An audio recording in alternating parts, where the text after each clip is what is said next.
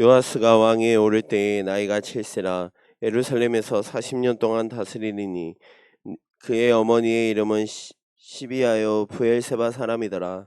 제사장 여호야다가 세상에 사는 모든 날에 요아스가 여호와 보시기에 정직하게 행하였으며 여호야다가 그를 두 아내에게 장가들게 하였더니 자녀를 낳았더라. 그 후에 요아스가 여호와의 전을 보수할 뜻을 두고 제사장들과 레위 사람들을 모으고 그들에게 이르되 너희는 유다 여러 성읍에 가서 모든 이스라엘에게 해마다 너희의 하나님의 전을 수리할 돈을 거두되 그 일을 빨리 하라 하였으나 레위 사람이 빨리 하지 아니한지라. 왕이 대제사장 여호야다를 불러 이르되 내가 어찌하여 내 이 사람들을 시켜서 여호와의 종 모세와 이스라엘의 회중이 성막을 위하여 정한 세를 유다와 예루살렘에서 거두게 하지 아니하였느냐 하니 이는 그 악한 여인 아달랴와 의 아들들이 하나님의 전을 파괴하고 또 여호와의 전의 모든 성물들을 바알들을 위하여 사용하였음이더라. 이에 왕이 말하여 한 궤를 만들어 여호와의 전 문 밖에 두게 하고 유다와 예루살렘에 공포하여 하나님의 종 모세가 광야에서 이스라엘에게 정한 세를 여호와께 드리라 하였더니 모든 방백들과 백성들이 기뻐하여 마치기까지 돈을 가져다가 궤에 던지니라.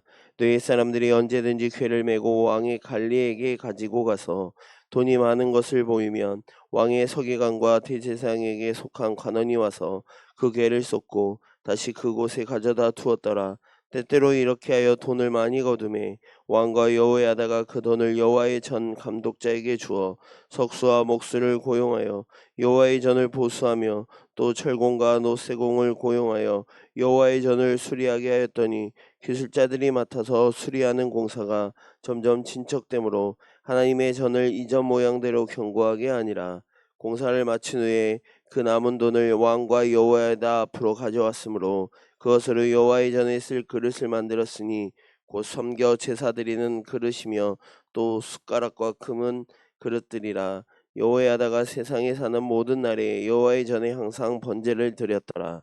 이상은 하나님의 말씀입니다. 아멘. 오늘 우리가 읽은 말씀을 통하여 회복이라는 제목, 회복이라는 제목으로서 오늘 말씀해 주시는 은혜로 들어가고자 합니다. 먼저 오늘 우리가 읽은 말씀의 배경부터 한번 생각해 보도록 하겠습니다. 네, 오늘 말씀은 배경입니다. 이스라엘이 둘로 갈라질 때 그 남쪽 유다 왕국은 다윗의 자손이 그 왕의 자리를 이어갑니다. 그래서 그 400년 조금 안 되는 분열왕국 시대 총 20명의 왕들은 딱 한 명만 빼놓고는 딱 한 사람만 빼놓고는 다윗의 자손이었습니다. 그 딱 한 사람은 누구냐? 다윗 가문의 정략 결혼으로 시집을 온 아합의 딸, 네, 북쪽 이스라엘 그 아합의 딸 아달랴입니다. 7절 말씀해 보시면은 아달랴는 여러분 성경책에 보세요. 그 7절 말씀해 보시면은 아달랴는 악한 여인이었습니다. 아달랴는 스스로 왕의 자리에 오르는데 그 과정에서 아달랴는 다윗 집안의 남자들을 모조리 죽여버렸습니다. 자, 이렇게 보면은 자기가 세운 목적을 위해서 무죄한 피를 흘리는 것도 서슴지 않는 악한 성품을 가진 여인이라 할 수 있겠습니다만 무엇보다 그 아달랴를 왜 악한 여인이라 하느냐? 유다 나라 전체를 하나님에게서 멀어지게 했기 때문입니다. 그 유다 나라 전체를 그 신앙생활에 있어서 하나님에게서 멀어지게 해서 불신앙으로 떨어지게 한 데 있어서 악한 여인입니다. 사실 그러다 보니까 아델랴는 왕의 자리를 차지해서 7년간 다스렸음에도 불구하고 성경에서는 아달랴를 왕이라고 하지 않습니다. 그렇게 7년이 지납니다. 그 7년 동안 다윗 집안의 한 아기가 성전에 숨어들었습니다. 그래서 그 다윗 집안의 한 아기는 그 모든 남자들이 다 학살을 당하는 와중에서도 살아남습니다. 살아남아서 숨겨지면서 성장을 합니다. 1절 말씀에 따르면은 그 아기의 이름은 요아스입니다. 성전 제사장들이 군사 혁명을 일으켜서 아달랴를 죽이고 끌어내서 죽여버리고 요아스를 왕의 자리에 앉힙니다. 1절 말씀을 보시면은 요아스가 왕위에 오를 때의 나이가 7세라 예루살렘에서 40년 동안 다스렸다고 합니다. 또 2절을 보시면은 요아스는 여호와 보시기에 정직하게 행하였다고 기록합니다. 여호와 보시기에 정직하게 행하는 것이 무엇입니까? 어느 복음성과 가사처럼 주님 말씀하신 대로 나아가며 주의 뜻이 아니면 멈추는 것입니다. 그 주님 말씀에 따라서 말입니다. 하나님의 명에 의해서 다윗의 자손이 왕의 자리를 회복하는 그날, 하나님은 그의 말씀을 통해서 하나님의 모든 백성들이, 자, 우리도 하나님 백성이죠. 그 하나님 말씀 성경을 통해서 하나님의 모든 백성들이 그 회복의 날을 기억하도록 합니다. 오늘 말씀의 앞전 구절로서 역대하 23장 21절은 이렇게 기록하죠. 그 땅의 모든 백성이 즐거워하고 성중이 평안하더라. 그 땅의 모든 백성이 즐거워하고 성중이 평안하였다. 자, 하나님의 모든 백성은, 자, 하나님의 모든 백성에게 기쁨은 어디에 있습니까? 우리도 하나님 백성인데 우리는 무엇으로 기뻐합니까? 하나님의 모든 백성의 예나 지금이나 하나님 말씀에 따라 사는 것에 기쁨과 평안이 있습니다. 하나님 말씀에서 벗어나지 않는 것에 기쁨과 평안이 있습니다. 우린 그렇게 살아야 됩니다. 자, 그리고 3절 말씀은 단순히 왕의 가정사를 말하는 것이 아닙니다. 3절 말씀 보시면은 여호와에다가 그를 두 아내에게 장가들게 하였더니 자녀를 낳았더라고 기록하고 있는데 왜 이 말씀이 들어가 있을까요? 일찍이 열왕기상 11장 36절에서는 나라가 갈라질 때 다윗의 자손에게 약속을 하죠. 다윗의 자손을 위해서 한 지파를 주어서 다윗의 자손들이 자기 앞에 등불을 가지고 있게 하겠다고 일찍이 약속을 하셨습니다. 그렇게 해서 남쪽 유다 왕국은 비록 작은 나라이지만 등불을 가지게 되었죠. 그 등불이 무엇입니까? 등불을 가지게 한다는 것은 그 성전 지성소에 7개의 어떤 가지로 되어 있는 성전의 금초대입니다. 그 말은 무엇이냐면은 하나님께서 하나님의 집 성전을 통해서 하나님 백성들과 함께 하겠다. 다윗의 자손들과 함께 하겠다는 어떤 그런 약속이에요. 그런데 아달랴가 그 왕의 자리에 있는 동안에 그 성전이 어떻게 되었냐면은 그 성전이 부서집니다. 그 성전 이곳저곳이 아무래도 건물을 돌보지 않으면 그 건물은 작게나마 크고 작은 부분에서 이제 낡아지고 쇠퇴하고 부서지고 그렇게 되는 게 인지상정인데 그 성전은 그 부서진 게 수리되지 않고 등불을 가지게 될 자손은 공식적으로는 다 죽임당해서 남아있지 않은 상황이었죠. 이런 학살과 멸절의 와중에서도 한 사람이 살아남아서 그 등불 가진 것을 다시 이어가게 되는 것입니다. 이게 하나님의 은혜입니다. 그리고 그 한 사람 요아스가 결혼을 합니다. 요아스가 결혼을 해서 자녀를 낳았다. 이것은 하나님께서 다윗의 자손에게 주신 약속이 다시 회복되고 다시 이어진다는 것입니다. 자, 이렇게 해서 1절부터 3절까지 말씀은 요아스의 시대. 적어도 요아스를 왕의 자리에 앉힌 여호야다 제사장이 살아있는 시대 가운데서는 하나님 말씀대로 정직하게 행하는 모든 삶이 회복되었다라고 전체적으로 보여줍니다. 그런데 이게 또 우리가 오늘 읽은 마지막 구절하고 연관이 돼요. 14절 말씀인데 14절의 후반부를 보시면은 여호야다가 세상에 사는 모든 날에 여호와의 전에 항상 번제를 드렸더라라고 기록이 되어 있어요. 자, 원래 성전에서는 매일마다 매일 아침 저녁으로 제사를 드렸습니다. 이걸 상번제라고 합니다. 당연한 걸 특별하게 서술한 것 같죠? 그것은 아달랴 시대에서는 그 당연한 것이 소홀해지고 더 나아가서는 행해지지 않았다라는 의미로도 연관이 돼요. 그 당연한 예배조차, 그 당연한 매일 드리는 제사, 즉 예배조차 소홀해지고 멀어지고 파괴되고 그런 안타까운 일들의 연속이었다는 것이죠.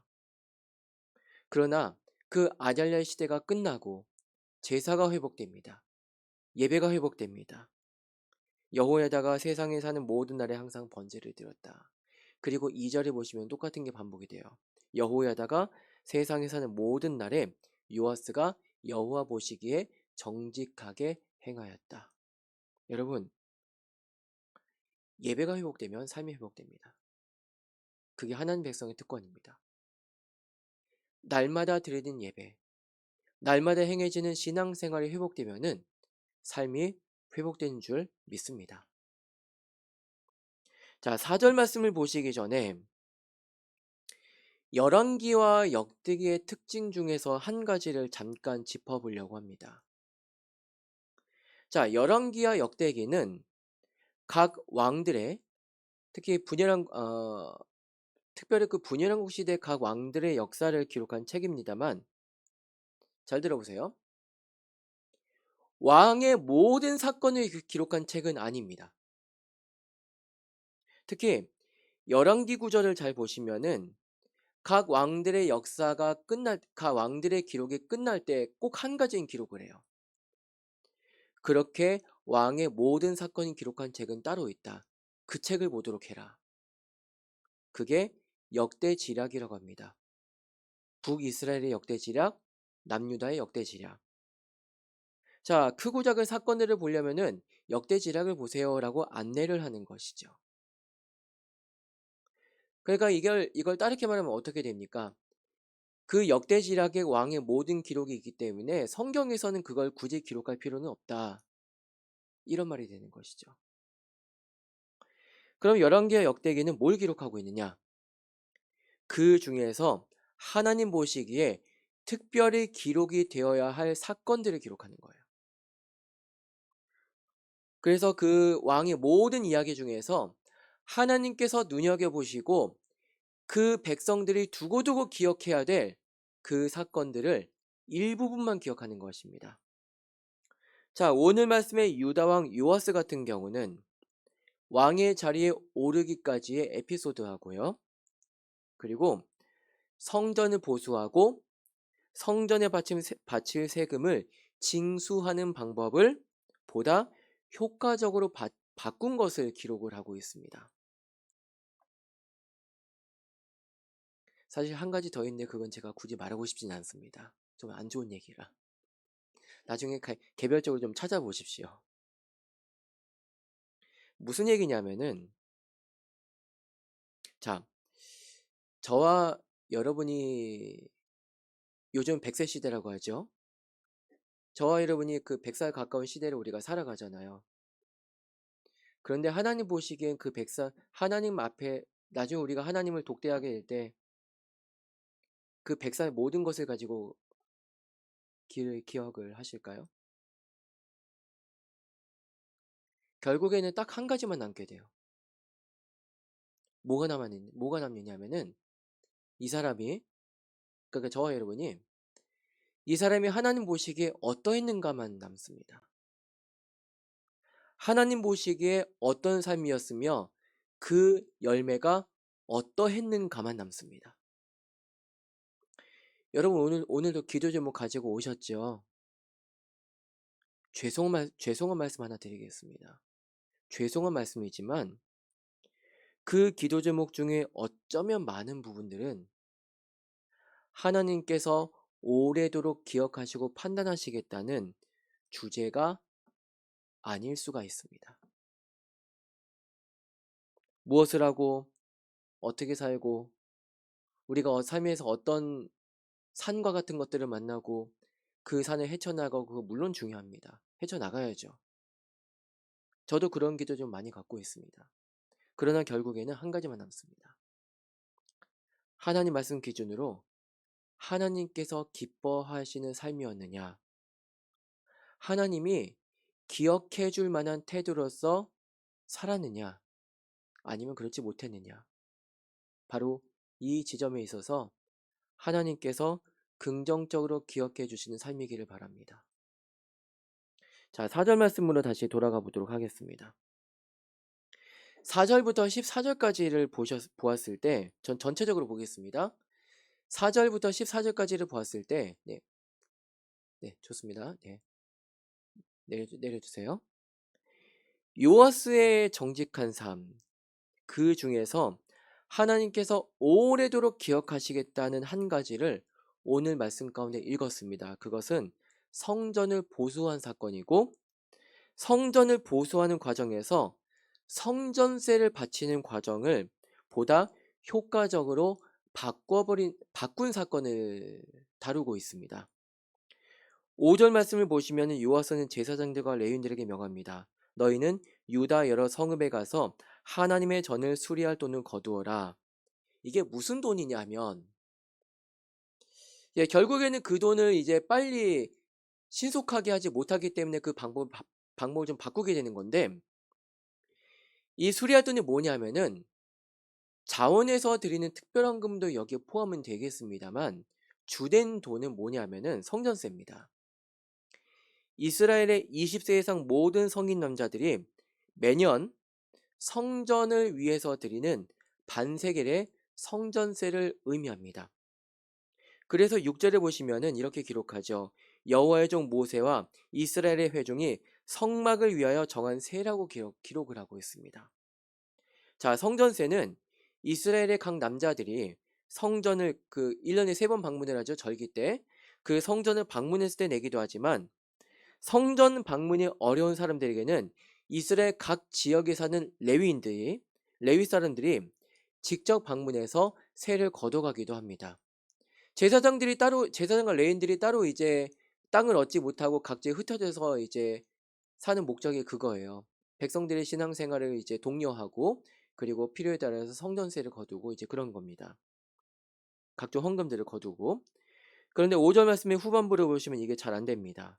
그리고 7절을 보시면은 뭔가 오늘 말씀의 흐름하고는 맞지 않게 기록을 하고 있죠. 이는 그 악한 여인 아달랴의 아들들이 하나님의 전을 파괴하고, 그렇게 기록을 하고 있죠. 자, 아달랴는 이미 죽었잖아요. 아달랴의 아들들도 이미 죽었지 않습니까? 죽은 사람 때문에 그렇게 됐다고 핑계대는 것도 아닐 텐데.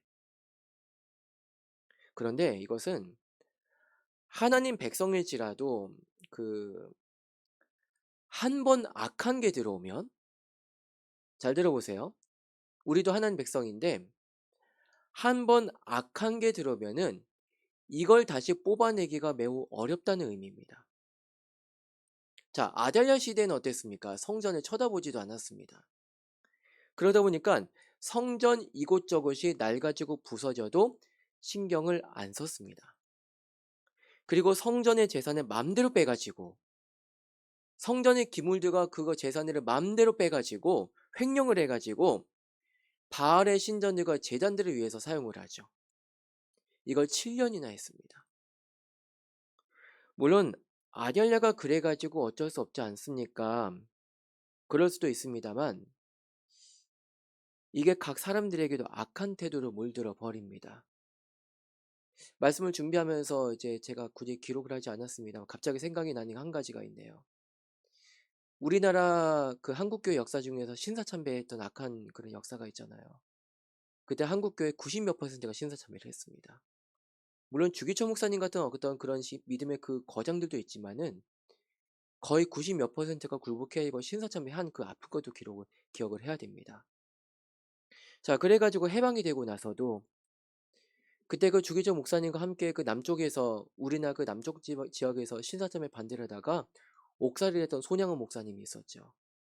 그 손양원 목사님 해방되고 출소하고 나서 어느 한 집회에 초청을 받아서 참석하게 되었는데, 딱 여기 이 성전이 강대상 여기 이 강단에 신사가 있는 거예요. 이미 해방은 됐는데.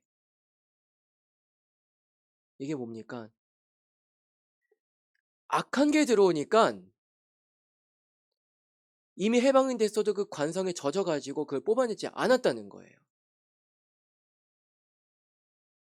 거기서 손양은 목사님이 직접 그 신사를 부셔버립니다. 사람들 앞에서. 성도를 부셔버리죠. 그리고 회개를 선포합니다. 회개하라.